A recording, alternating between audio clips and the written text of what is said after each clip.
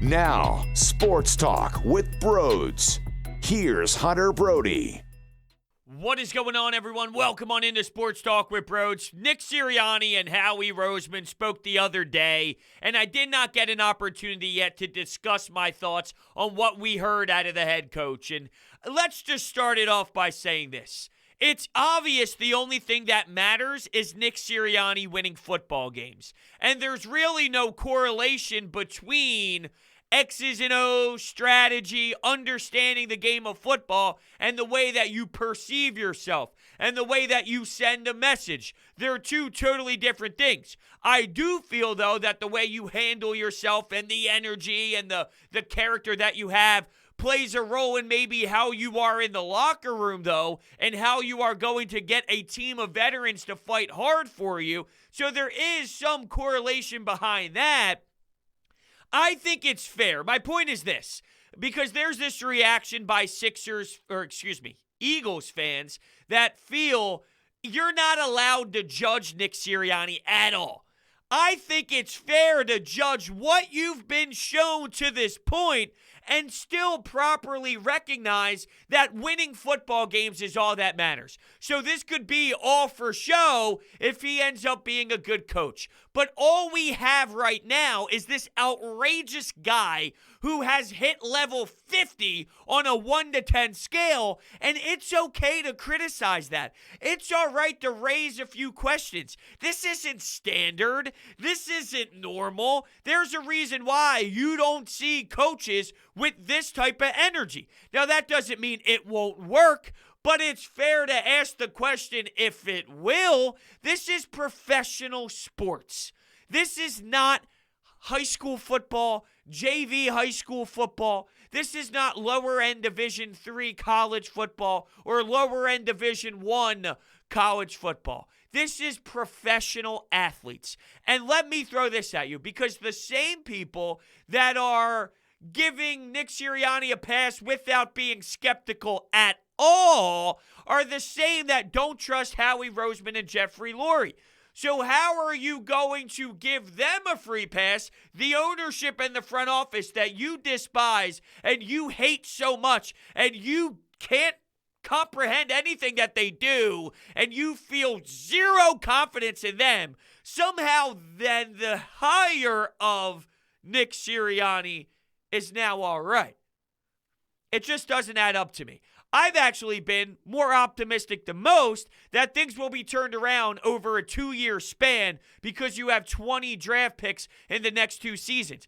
I've given them the benefit of the doubt with Nick Sirianni because Doug Peterson was a nobody, and even though he ended up being a flop towards the end because he couldn't make many adjustments, we know the front office was a disaster during that time and really getting hard on him. When you would win a football game in Green Bay, he would still get criticized for not doing it the way that they wanted him to do it. Why didn't you pass enough? Why did you do this when the analytics told you to do that?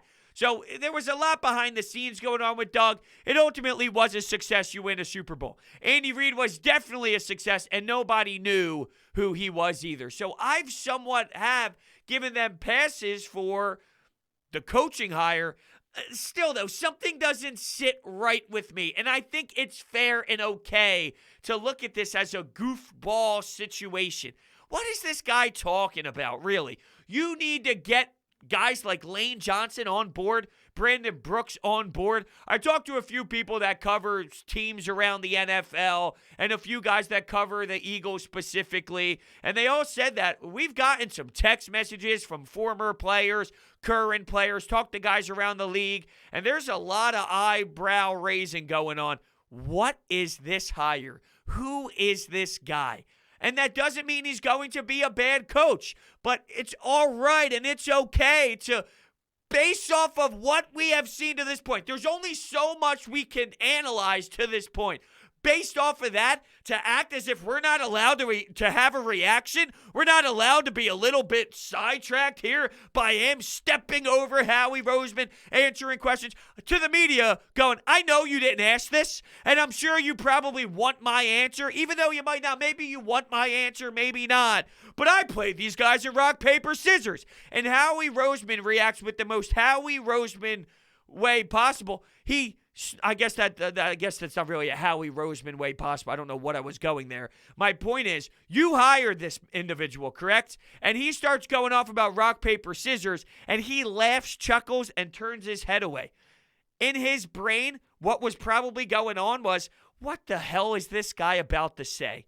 In what universe is this man spitting out rock, paper, scissors? It was almost a laugh in disgust that, is he really doing this? This is the man that hired Nick Sirianni. This is a laughing joke, the way that he has handled himself to this point. We all mocked what happened in Detroit when they made their hire. We're going to eat their kneecaps, punch them in the kneecaps. This is on a whole nother level of, wow, what is going on here? The thing is, with the rock, paper, scissors, I just think it shows immaturity. It almost was unprofessional, in my opinion. And I threw that tweet out there, and I got a lot of backlash. The tweet got thrown around a bit, and I asked the question, is it fair to look at this situation we are seeing with this press conference and say unprofessional is a word to describe it? And of course, I got responses similar to, how is this unprofessional? He didn't say anything wrong. He didn't not answer any of the questions.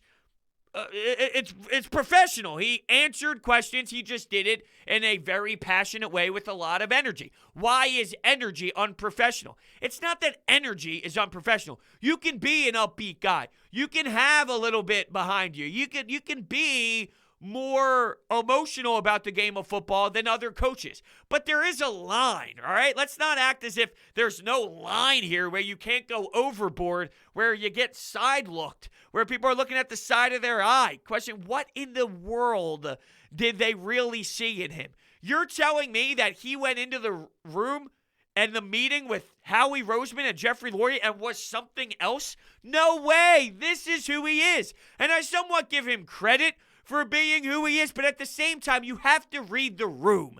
If you don't read the room, well, then it tells me that you're unaware. And if you're unaware, I will question that as it is a football coach mindset. How are you going to be unaware and not read a room in a press conference in a city like Philadelphia? How are you going to be able to read a locker room if you can't do it in front of a Zoom meeting? I'm all about having excitement, loving the game. When you start getting into conversation about the X receiver, the Y receiver, and you start getting into that intense mode, I'm cool with it. When you start getting goofy and silly and unprofessional, that's where you lose me. So going back to how I mentioned unprofessional, I meant it from, this is the NFL. You're talking about athletes that make millions and millions of dollars. You can't have this rah-rah silly, oh yeah, let me drink 95 cups of coffee.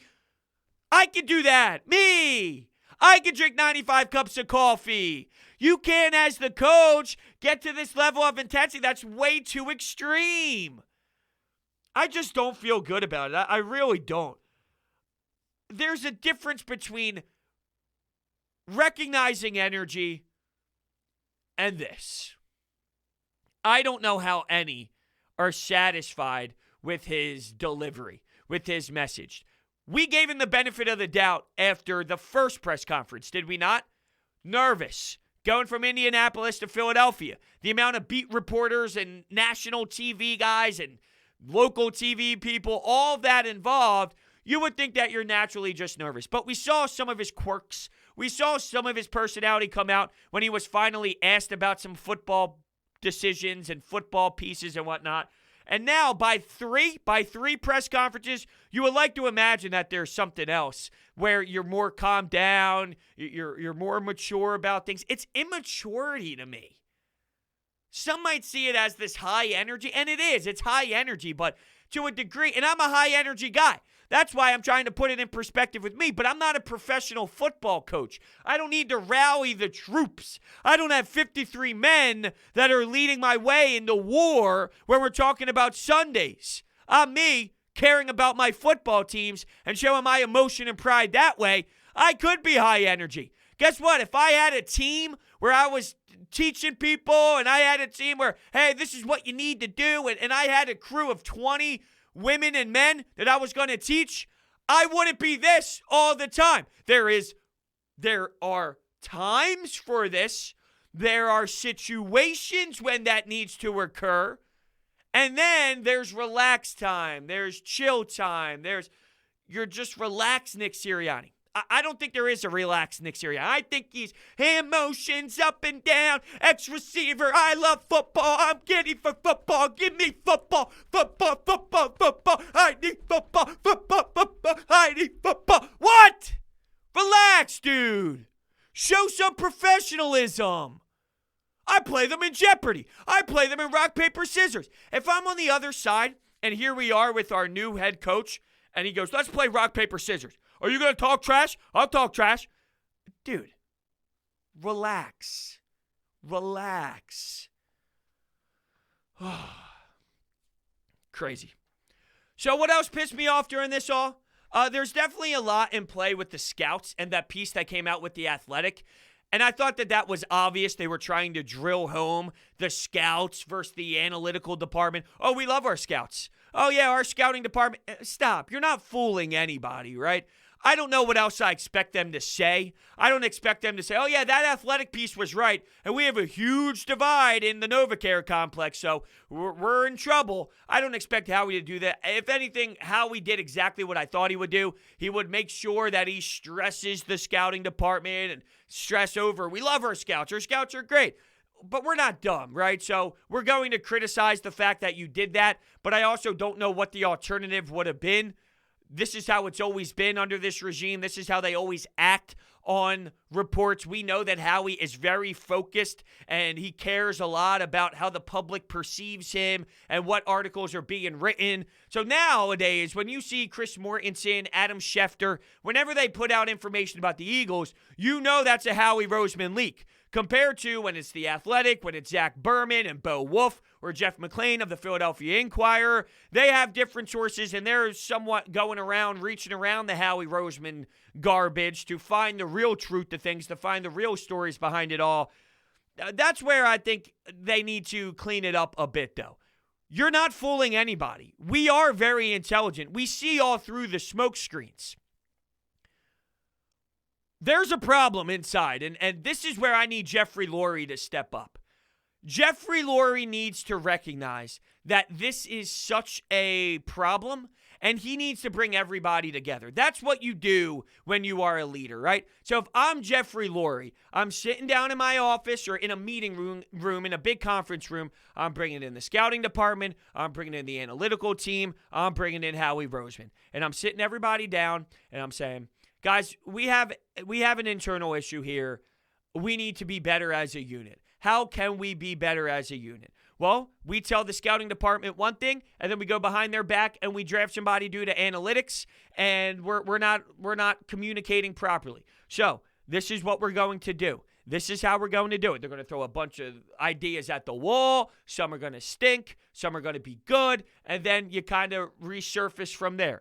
But you can't just allow for this to continue if it is as dysfunctional as we think it is with the analytic team and the scouting team and how much of a divide that it is. It's almost as if with where the Eagles are right now, of course there are some football decisions that are factored into this, but more of the problem is the way that they are internally, the way that they are ran as a business. And when that gets fixed, then the product on the field gets fixed. So it's one big domino effect. We saw it with the 76ers. They had no GM. They had no basketball person making any sort of basketball decisions. Enter Daryl Morey.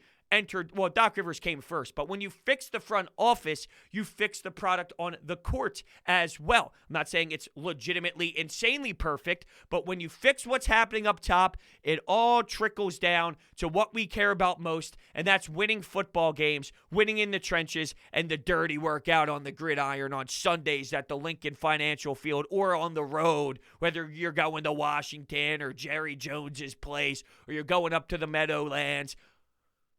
you got to fix what's happening up top. And this whole divide, I'm not anti-analytics. To think analytics is bad in football is just an uneducated statement. It's just how you apply that, though. You got to find that mix. You need to make sure that you understand where you are coming from with all your scouts, and then also see, okay, what does the analytics say, and how does that play a role? This whole Devonta Smith concept, I'm starting to get bothered. I'm not going to lie. You can't draft him. Look how much he weighs. Are we doing this again? Are we doing this again? Now, it was almost Howie telling you, we don't care about shape, size, this, that. He was almost leaning towards, we don't care about that. We will still draft him. I'm talking more so media, more so draft experts, and I'll put some air quotes in there because, these guys aren't always right. Not saying it's easy to dictate things, but they're not always right. This kid can play. The kid can play. You want to talk about watching a kid play, watching the tape, seeing what the tape tells you? This kid can play. 166, that is not scaring me away from drafting a kid that has the skill set that Devonta Smith has. I don't know what direction they're going to go into. The draft is sneaking up on us very quickly here. We're talking about one Friday away to see what they do in the first round. Are they going to draft down to acquire another draft pick, maybe draft in the trenches? Are they going to move up back into the top 10? Are they going to stay put? I don't know. I don't know what they're going to do. There's lots of options. Devonta Smith, Waddle, you can go cornerback if that's available somewhere in that range, if you like what's there, whether it's Horn or I don't know if Surtain is going to be there. Of course, you have the Dallas Cowboys and the Giants drafting in front of you, so that absolutely matters. I'm just bothered, though, by this discussion of, okay, here's a player that we know is going to be a player. I mean, the kid's just going to be a player. I know the kid is going to be a player. There's no doubt that Devonta Smith is going to be a stud. Yet, after all this drama of wide receivers year after year, we're going to start shying away because of weight when, that's something that you can clearly add to your body frame, and a lot of players add weight and muscle, and that is something that you work on when you become a professional, to act as if, well, he's 166, that's who he's going to be forever. No, players adapt, players adjust, players get stronger. Does that take away from his speed, his electricity as a receiver, his route running, all of it?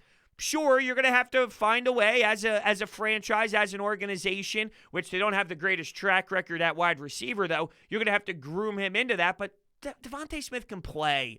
Let's stop trying to get too cute. Let's stop trying to get too pretty. And I'm talking to the fans more so than I am the front office. I don't think the front office is going to shy away this year. I really don't. I think it's more of if he's available, if these guys are available. I'm not saying he's definitely 100% the pick. I don't think 166, though, when the weight is going to make them shy away. If there's someone else higher on their draft board, maybe at a different position, but that would be a different scenario.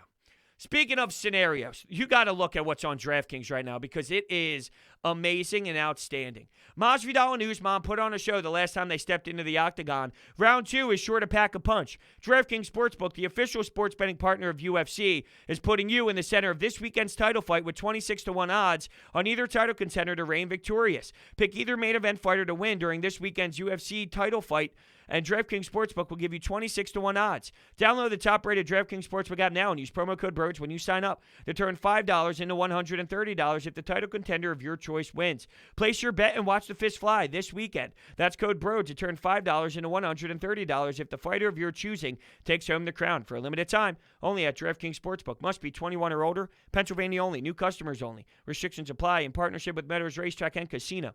See DraftKings.com/sportsbook for details. Gambling problem? Call 1-800-GAMBLER.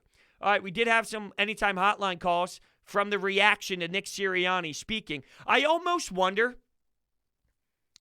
if Howie Roseman, knowing that athletic piece came out, knowing that that was going to be the hot storyline, to take away that message, let's have Nick Sirianni be a character. Let's have him be over the top. It was, dude, the guy literally drank 35 cups of coffee. He must have shotgunned 8 Red Bulls. He must have snorted cocaine. He must have laid off some of his medication that had him wired differently. There's no way that's him normal.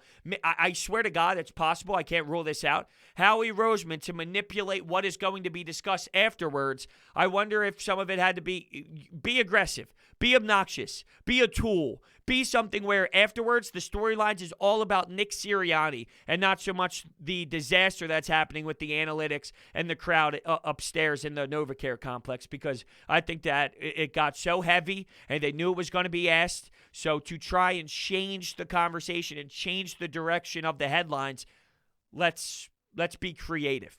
Just curious. All right, let's hop into a call here. Brody, what's going on, homie? So, listen, Sirianni, I don't think he's a press guy, but this guy knows football. I don't know if you watched his film breakdown. Dude brings a lot of energy. He sucks when he talks to people, but I think he'll get to his players in a team meeting aspect, not with a bunch of cameras in their face. Let me know. I understand where you're coming from. I watched a video of him in the Colts locker room breaking down film and talking, and it was a different version of Nick Sirianni that I truly enjoyed. Here's a problem, though, with assessing what you're going to get out of Nick Sirianni. When a new head coach comes in, there's always a spark. There's always a fire. There's always change that happens because there's a sense of urgency. I have to show this new coach that I can play. So from the beginning, there's going to be an adrenaline rush from an entire new coaching staff, knowing that the Eagles are headed in a different direction. So that's just natural. It's what happens when that rubs off. What happens after 3 games that are lost? What happens when there's adversity hit? What happens when things start off slow and you're not going through your progressions the way that maybe you anticipated in the beginning of August, knowing that the season is about to start? So it's more of not so much what happens week 1, week 2, week 3, week 4. It's what happens after that. It's how long does the message stay positive for. Messages run dry, and it runs dry very quickly. If things go south, and here's this dude who's just all over the place, high energy, this, that, gets a football, this, all over the place, and your team stinks, and it's, dude, rolling the eyes, this message isn't getting through. It's what happens then. I think he knows football. Nobody's questioning his knowledge of the game. It could be there. It's so hard to truly judge just based off of speaking of football. Everyone sounds like a genius when you just talk football in front of a microphone. That's a reason why we go through this all the time with basketball coaches. Mark Jackson, for example, who was canned by the Golden State Warriors. He's on the ESPN broadcast. He should be a coach. He should be a coach. He sounds great. Well, I mean, it's easy to sound great in front of the microphone and criticize what the other coaches are doing. Dan Orlovsky sounds great. He wasn't a great player, and I love Dan Orlovsky. I think he does a phenomenal job. But breaking it down afterwards as an analyst is not the same as being an actual coach. Nick Sirianni does sound like he's understanding of the game in front of the microphone, but it's not hard to do that. I think he's a smart guy.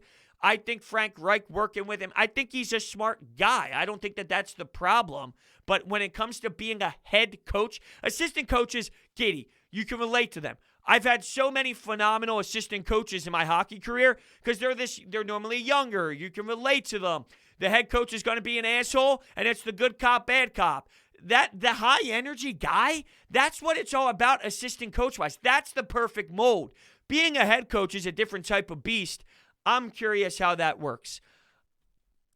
You can analyze these pressers to this point and have some question marks concerned. I don't think that that's out of line. I don't think that is disrespectful. That's what you do. This is part of the job. Before you see anything football related, you acknowledge what they say, you read their body language, you read their emotion, you read their message, and then you formulate an opinion. To pretend as if what you're supposed to do is just not listen, not pay attention. This is the head coach of the Philadelphia Eagles, okay? This is outside of the quarterback, the biggest job in this damn city when it comes to sports. It's only our duty as a fan base to formulate an opinion based off of what we've seen. Now, you can't go too far. You can't go to the extreme and say he's never going to be able to coach ever because of the way he handles himself. This isn't normal, though. It's not a Todd Bowles. It's not a guy that, and he didn't have success in New York, so I'm not saying because Todd Bowles is very professional, that means that he's going to be a fantastic head coach. He failed in an organization that is known to fail in general, so it's almost as if you can't criticize a head coach for being in Detroit because Detroit is a mess no matter what coach is in Detroit for a time with Cleveland. If you're with Cleveland, everything surrounding Cleveland just stinks. I don't know if it's fully the head coach or it's all the surrounding pieces. We need to look at what we've seen, recognize that this is out of the norm, this is out there, and when you are in a spot that you're in where your organization had to trade a quarterback, they haven't been drafting well, they haven't been making all the right decisions, and then you get this thrown in your face, isn't it clear why we feel the way that we feel? It shouldn't be outrageous. Yo, bro, it's Carmine from Scranton. Just wanted to give my thoughts on Sirianni's press conference today. To be honest, my dude, I don't understand the hate. I don't understand the hate towards Sirianni. He hasn't coached one game yet, and Eagles fans are already dragging this guy through the mud. I love that he's energetic. In fact, that's what I like the most about him.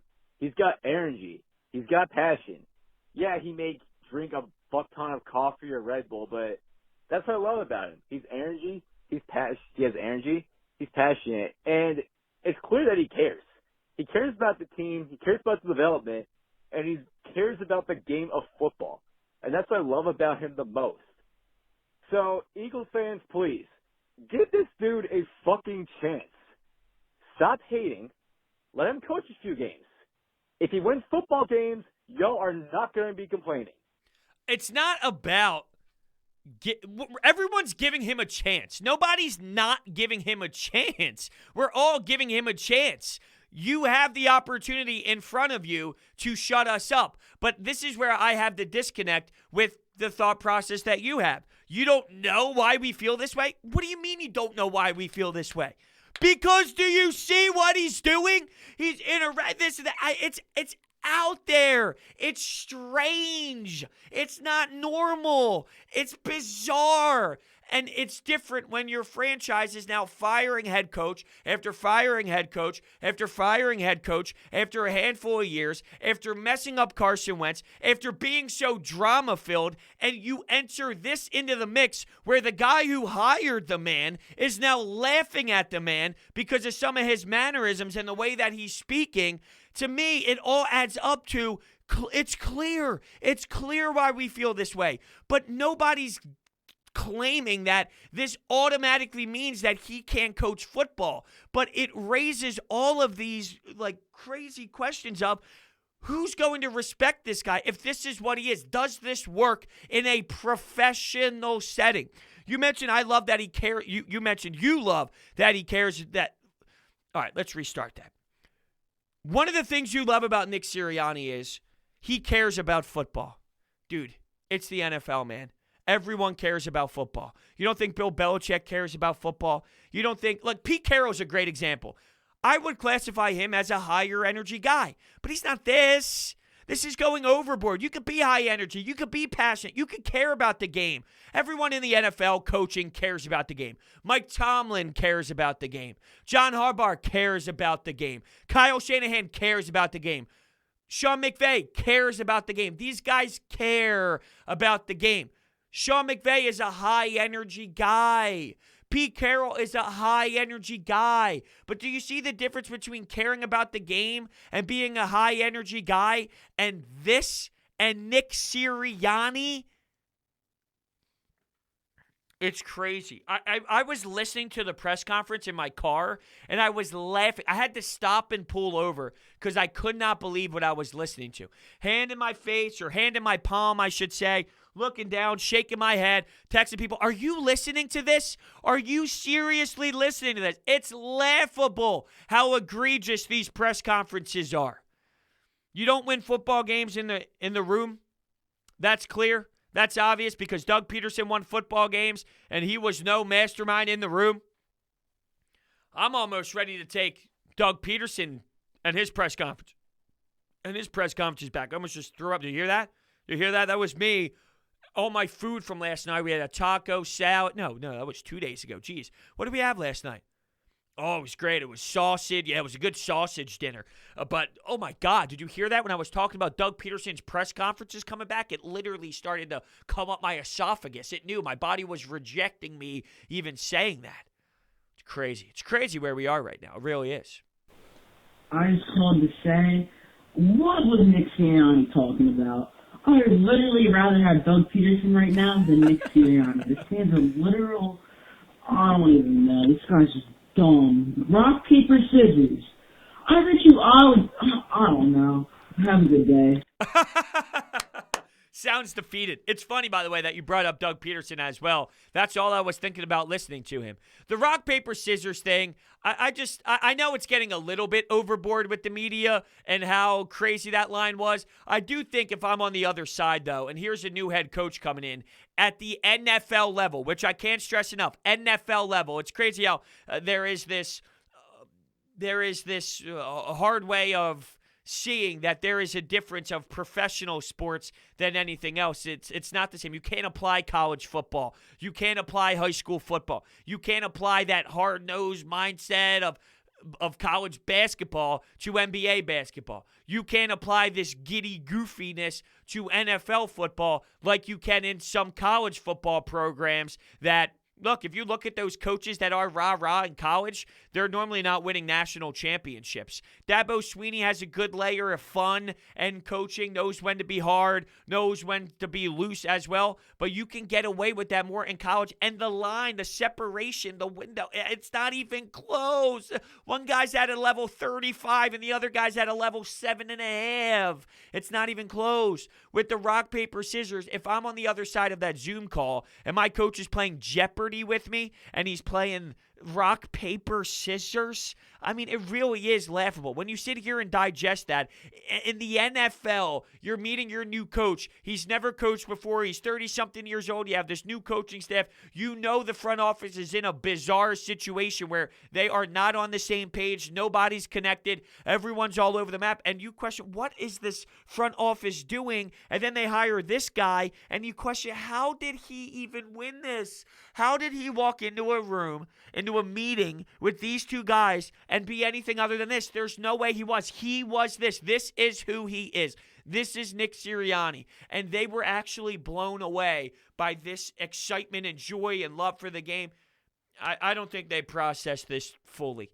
It's clear that they don't know how locker rooms work, because after Carson Wentz and the Nick Foles drama finally ended, they go draft a quarterback in the second round, not knowing how this works, not knowing a locker room setting, and it blew everything up. It wasn't the only reason. It was part of the reason, though. I don't think they understand locker room connection. They never mentioned, by the way, Jalen Hurts being the starter, and I know that pisses some off. I don't think it's a big deal. I really don't. It's Jalen frickin' Hurts. It's not Aaron Rodgers, Tom Brady. He's going to be the quarterback. He's going to be the starting quarterback unless they surprise everybody with the draft pick with 12 overall and they pick another quarterback. I don't think that's going to be the case. So for them not to praise it and then go back to the core values, and I hate that. My core values is competition. Yeah, so is everybody else in the football, in the NFL, in the football league. Yeah, competition. It's like you got that in football for dummies. Hey, what are your core values? Working hard, okay. Competition, all right. Winning your battles, okay. Football for dummies. I could have Googled that. Core values for football. It would pop up. Competition. All right, I want to thank everybody so much for listening. The draft is sneaking up on us, so we will be talking some more football, of course, as the week goes by, because we need to see where this Eagles team is going and what direction they're going to go with when it comes to their first-round selection. Thank you all so much for listening, and I will see you next time.